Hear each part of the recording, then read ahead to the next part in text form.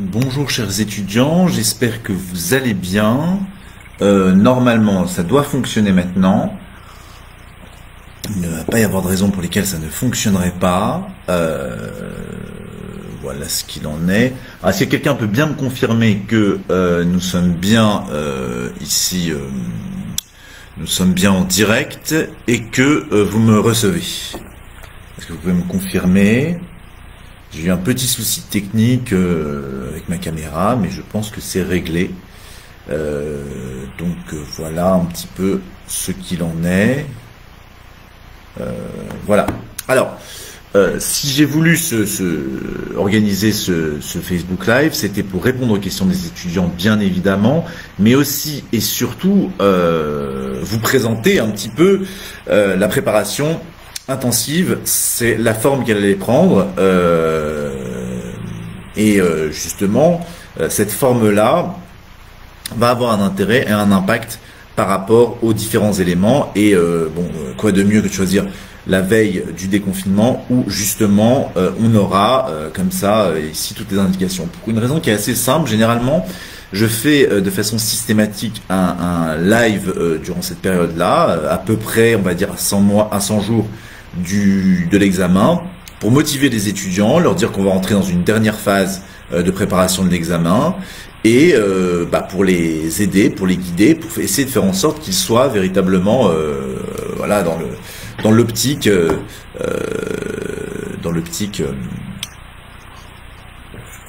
celui-ci. Alors là, c'est quelque chose de très particulier. On vient de traverser une crise sanitaire particulièrement grave. Voilà, depuis le début, Subaru s'est organisé pour essayer de continuer à suivre ses étudiants. On s'est organisé en télétravail. On a aussi présenté les choses à nos responsables de pôle de façon extrêmement positive, en disant que c'était véritablement une opportunité pour justement retravailler à fond les différents supports, voir justement là où on avait pu avoir des retours pour essayer de ce point de vue-là, d'être véritablement dans une dynamique qui est une dynamique vraiment de réussite par rapport à cet examen.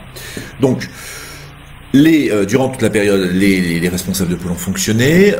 Nous, on avait acquis la certitude d'ouvrir cet été pour préparer l'examen. Le seul élément qui aurait pu faire en sorte que nous n'ouvrions pas, ça aurait été le fait que le CRFPA soit reporté. A priori, on se dirige pas dans cette direction-là. On se dirige vers un examen où les dates sont maintenues. Il y a quelques mesures d'accompagnement néanmoins qui ont été prises, c'est-à-dire de stopper le programme avant la crise en elle-même. Donc, il y a des aménagements. Certains parlent encore du fait qu'il pourrait y avoir un petit décalage parce que il va falloir respecter les règles ici qui sont établies pour justement qu'il y ait une distanciation sociale qui s'opère, et donc ça va pas être simple dans les amphithéâtres et ainsi de suite. Donc, partant de là, on a véritablement fait en sorte de fonctionner, et puis on a suivi comme vous l'évolution de la crise et justement ce vers quoi elle débouchait. Alors, ces derniers jours, on a énormément discuté, on a essayé de trouver aussi des solutions, mais aussi d'essayer de faire en sorte que pour nos étudiants ce soit quelque chose qui soit très bon. Alors, voilà un petit peu les idées que l'on a. Cet été, alors l'année dernière nous avions 4 campus, cet été nous avions prévu d'en avoir 4 voire 5, le 5e était à l'étude.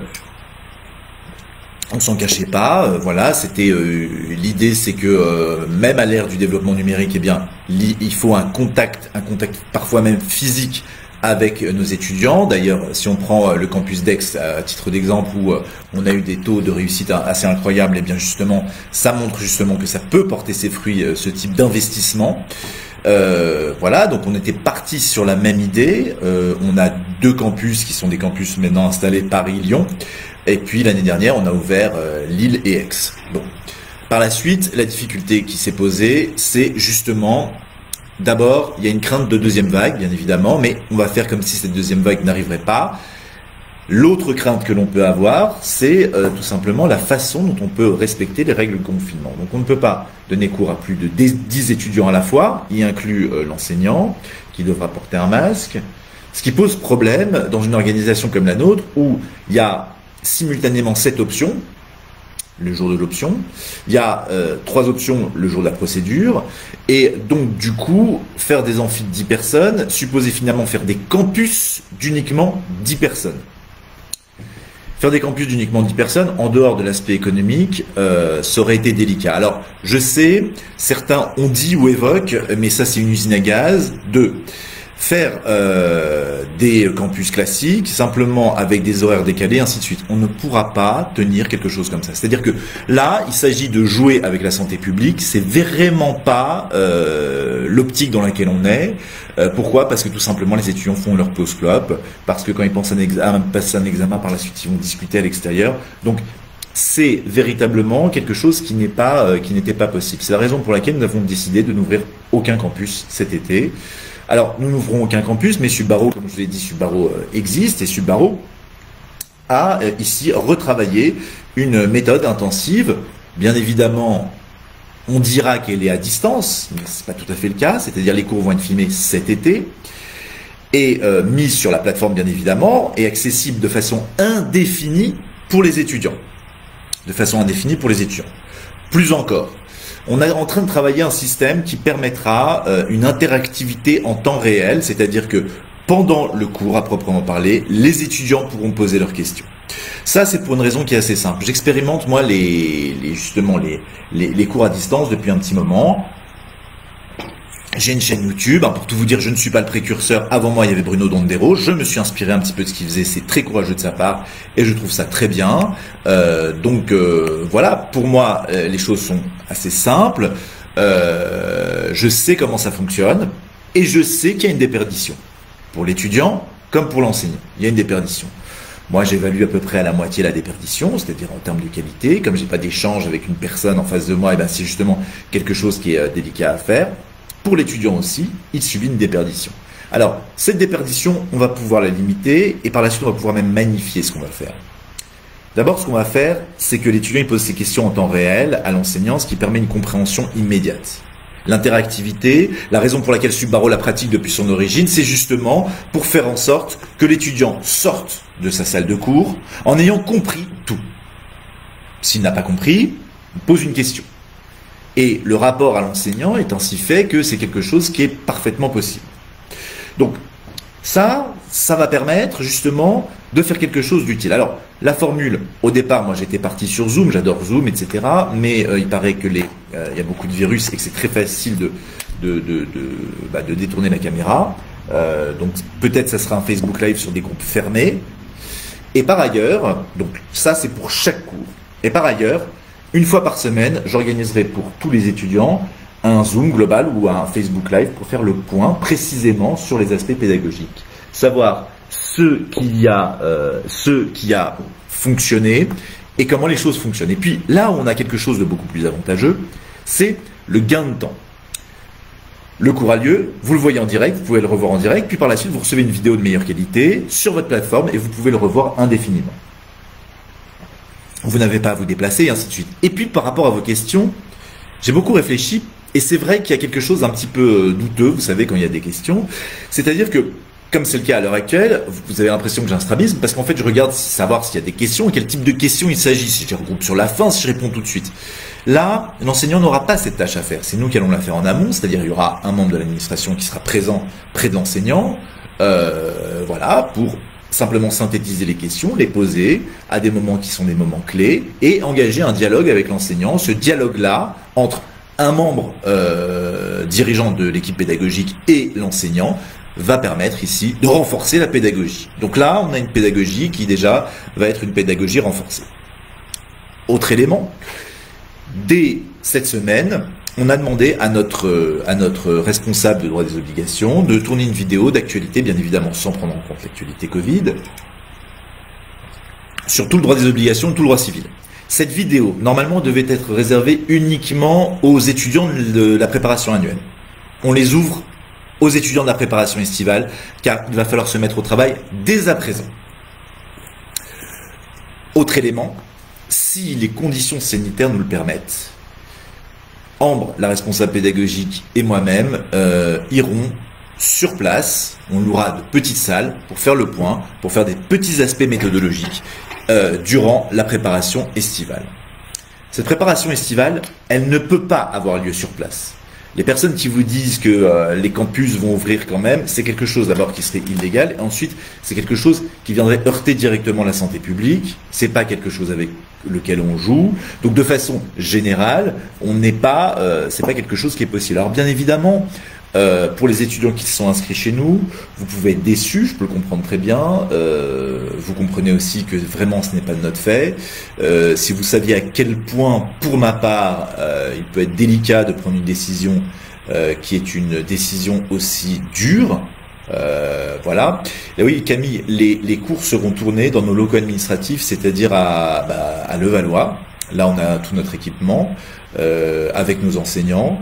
Et le cas échéant, mais uniquement sur rendez-vous, en respectant les règles, bien évidemment sanitaires. Il sera possible de venir nous voir pour poser vos questions avec votre petit masque. Nous serons masqués et voilà ce qu'il en est. Parce que justement, cette année, il ne faut pas renoncer à passer le CRFPA. Bien au contraire, c'est l'année pour le passer. Des gens qu'on a au téléphone et avec lesquels on discute, on voit que beaucoup d'étudiants renoncent en se disant c'est quand même une année toute bizarre pour le passer. Justement, plus l'année est bizarre, mieux c'est, ça veut dire qu'il y aura moins de candidats. Alors je sais, ça c'est un grand débat, il y a quelques jours sur Twitter ça a animé un certain nombre d'éléments, du coup j'ai perdu un follower très prestigieux. Ce n'est pas un examen, c'est un concours, parce que sinon je n'arriverai pas à m'expliquer comment, chaque année, le même nombre d'étudiants rentrent dans les différentes écoles d'avocats. Ça serait un hasard un peu incroyable, tout de même, que d'arriver à de tels éléments. Donc l'idée de façon générale, c'est celle-ci. Une fois que votre inscription est actée, c'est de discuter, d'engager un dialogue immédiatement. À ce titre, chaque étudiant inscrit, désormais, je vais vous laisser en... Est-ce que je peux? Oui. Je vais vous laisser en commentaire mon adresse mail Subbaro. Chaque étudiant qui s'inscrit, je lui propose de m'envoyer un email immédiatement pour discuter avec moi, eh bien, de son calendrier de travail et aussi de son ébauche de travail. Ce que j'entends par là, c'est-à-dire que de façon générale, l'année a pu être plus ou moins remplie et cette année plus ou moins remplie peut vous avoir plus ou moins préparé. D'à l'heure actuelle, la seule chose dont vous ayez besoin pour arriver au CRFPA dans de bonnes conditions, la seule chose, c'est d'avoir énormément de motivation. On sort du confinement, si déjà vous êtes là à regarder ce live, c'est déjà très bon signe, ça veut dire que vous voulez y aller. Alors, toutes les structures vont devoir aménager leur pédagogie de cette façon-là. Simplement, nous, ça nous permet de cumuler quoi? Une préparation à distance et les différents éléments. Par ailleurs, dans nos offres, nous prévoyons 2 rendez-vous pédagogiques qui sont vraiment, on va dire vraiment l'ADN de Subbaro. Notre spécificité, ces rendez-vous pédagogiques permettent de faire le point régulièrement pour voir l'état d'avancement. Nous avons décloisonné le nombre de rendez-vous pédagogiques. Il y aura autant de rendez-vous pédagogiques que nécessaire avec tous les étudiants inscrits chez nous. On a pris des mesures pour que ce soit le cas. Vous vous doutez bien qu'on n'ouvre pas tous les campus, ça signifie qu'on mobilise moins d'enseignants et donc du coup, ces enseignants, on les récupère justement dans notre force de travail pour pouvoir vous aider et vous guider pour la suite et pour réussir. Voilà ce qu'il en est dans les grandes lignes. Par rapport aux autres éléments, je pourrais vous donner des petites actus qui sont des actus ponctuelles de ce point de vue-là. Voilà, pareil, par exemple, le fait de savoir que c'est moi-même qui ai mis à jour l'intégralité des fascicules de droit pénal et de procédure pénale et fait l'intégralité également des sujets de ce point de vue-là. Donc, on est face à ça. Alors, pour résumer, et là j'attends vos questions. Subbaro n'ouvre aucun campus. Subbaro filmera ses cours dans ses locaux, qui sont les locaux administratifs de Subbaro, avec ses enseignants phares. Ensuite, deuxième élément, ces cours seront interactifs. C'est-à-dire, vous pourrez poser vos questions pendant le cours. Alors, ce sera soit sur Zoom, soit sur Facebook. Il y a là-dessus en interne un débat. Zoom permet d'activer les caméras à distance. Ça me fait un petit peu peur ces histoires-là. Donc voilà, on tranchera ça très rapidement. Mais vous posez vos questions en direct. Un des membres de l'administration sera avec l'enseignant pour lui transmettre vos questions, afin que l'enseignant ne soit pas obnubilé par les aspects techniques, et donc du coup puisse se concentrer. De ce point de vue-là, ça va vous permettre quelque chose de très précis. Si par exemple il s'agit d'Ambre ou moi, ça signifie que je serai face à un intervenant de droit des obligations, et là s'engagera avec lui un dialogue. Un dialogue où je lui dis, voilà, les étudiants pensent ça, ça, ça et ça, qu'en penses-tu? Et donc ça sera relativement riche, c'est-à-dire que vous aurez une explication supplémentaire sur le cours à ce moment-là. Autre élément, nous allons tourner des actualités juridiques dans les différentes matières, droit civil, droit des obligations, la semaine prochaine, avec Pierre Lemay, qui est maître de conférence à Lille, qui s'occupe justement de notre fascicule droit des obligations. Dans 2 semaines, ce sera moi, en droit pénal et procédure pénale. Par la suite, on va faire appel à d'autres intervenants, droit des affaires, procédure civile, pour justement faire des actualités. Ces actualités étaient prévues pour nos étudiants de l'annuel. C'est fini. Désormais, c'est pour tous nos étudiants. Ils auront accès à ça. Pourquoi? On est à un peu plus de 100 jours de l'examen. Il faut y aller. C'est le moment, il faut y aller. Et mon conseil est justement d'y aller, justement cette année, parce que avec les conditions déplorables dans lesquelles la préparation publique a eu lieu, eh bien, il y a un certain nombre d'étudiants qui ont renoncé à l'examen, ce qui signifie qu'il y a plus de place à prendre. Donc voilà, il faut y aller, et puis il faut y croire, et surtout pas avoir de points B. Voilà ce qu'il en est. On était obligé de faire le point aujourd'hui parce qu'on est trop proche de l'examen et que nous, à Subaru, on n'a pas spécialement envie de vous mentir ou de vous mener comme ça jusqu'à 2 semaines de l'examen, à 2 semaines du début de la préparation pour vous dire au final, eh bien voilà, désolé, finalement, on ne peut pas passer ça. Alors, vous avez une question s'agissant le programme de procédure civile.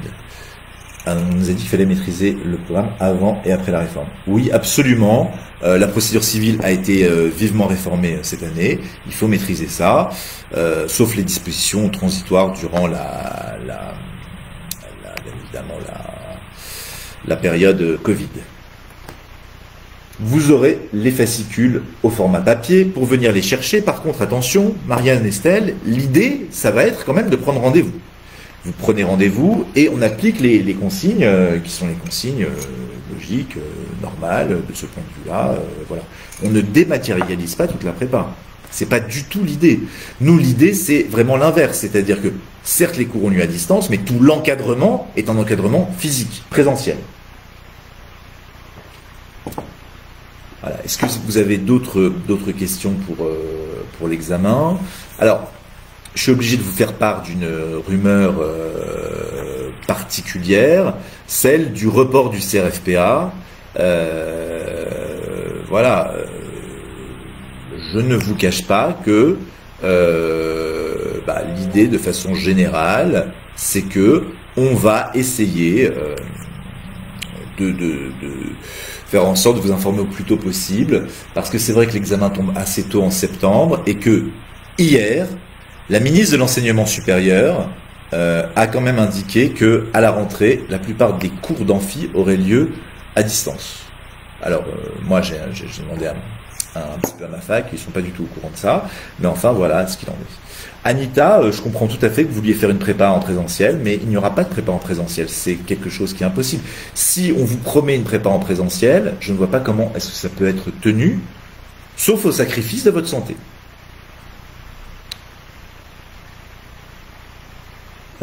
Pour ceux qui sont sur les campus hors Paris-Aix, ils nous sont envoyés. Les fascicules, on vous enverra dans ce cas-là par la poste. On trouvera de toute façon des solutions pour vous envoyer ça.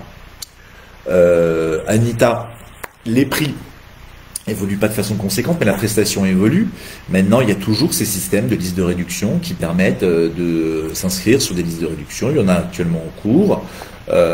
Donc c'est quelque chose qui est possible. Il y a aussi la possibilité de payer en plusieurs fois sans frais.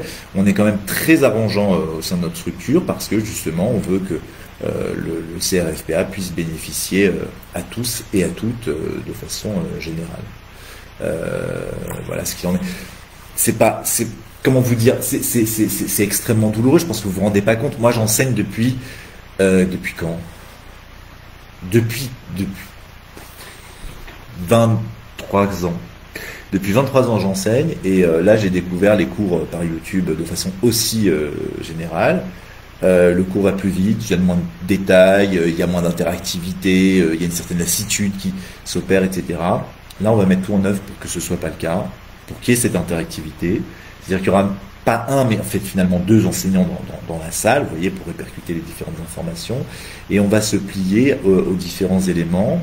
La seule chose, c'est qu'on va remplacer la présence ici par la présence physique par une présence comme ça à distance. Ça va supposer, justement, c'est la raison pour laquelle je vous demande de me contacter par mail immédiatement après votre inscription. Ça va supposer de conclure le pacte de confiance rapide, suffisamment tôt. Ce que j'entends le pacte de confiance, c'est que il faut que l'étudiant comprenne bien qu'à Subbaro, on a une façon de procéder qui est tout à fait particulière.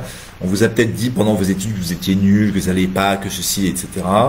La première chose que l'on demande à un étudiant qui veut s'inscrire, c'est pourquoi veut-il devenir avocat? Et à partir de sa réponse, on bâtit son projet. Parce que les compteurs sont remis à zéro. Et véritablement, cet examen va être et doit être quelque chose de particulier. Ok, merci Julien d'avoir partagé sur l'entraide. Alors, je vais essayer de voir simultanément les questions. Solène, sur la page Subbaro, donc vous commentez sur la page Subbaro, très bien, pourquoi pas. Alors, j'y vais.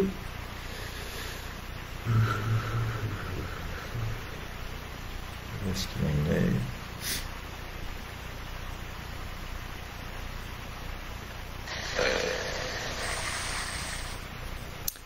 Alors, y aura-t-il un emploi du temps stable hebdomadaire avec des plages de cours, des plages d'entraînement? Justine Verquin, la réponse est oui. L'emploi du temps sera fixe et immuable. Y aura-t-il une possibilité d'organiser au moins un examen en amphi par matière, quitte à ouvrir plusieurs salles pour respecter la distanciation? C'est très délicat, Solène. Je ne peux pas vous apporter de réponse aujourd'hui. C'est notre désir. Il faut qu'on voit comment les choses évoluent par rapport à cette épidémie. Je ne peux pas en conscience vous répondre. Je suis désolé. Ne trouvez-vous pas que la décision soit prise de façon trop hâtive?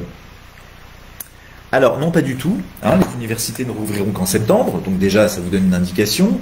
Que par ailleurs, on a décidé de ne pas jouer avec la santé publique, et c'est notre façon de procéder, justement, et qui va être celle-ci. Sera-t-il possible d'avoir accès à l'espace intranet avant la fin du mois de mai? Je ne vois pas ce qui peut s'y opposer. Si votre inscription a été finalisée, pourquoi pas. Mais sur votre intranet, il n'y aura pas grand-chose, mais pourquoi pas. Comment faire pour faire le fascicule papier? La poste. La poste, on va vous envoyer par la poste. Et par ailleurs, Julia, moi je ne désespère pas non plus, les transports vont reprendre, de faire un saut avant le début de la prépa dans chacun de mes centres. Qui n'existe plus en vrai, mais dans chacun de mes centres. Donc voilà ce qu'il en est. Et pour revenir sur cette question-là, c'est pas prématuré. Ce qu'il faut bien comprendre par rapport au CRFPA, c'est que il faut avoir des habitudes et une routine pour le passer dans les meilleures conditions. Des cours à heure fixe, des progrès qui sont vérifiés au fur et à mesure, et ainsi de suite. Si aujourd'hui vous vous projetez dans une préparation présentielle et que finalement elle n'est pas présentielle, ça va vous perturber dans votre organisation. Donc voilà la raison pour laquelle on prend la décision. Et puis par ailleurs, on préfère ici informer les étudiants honnêtement avant le début de la préparation.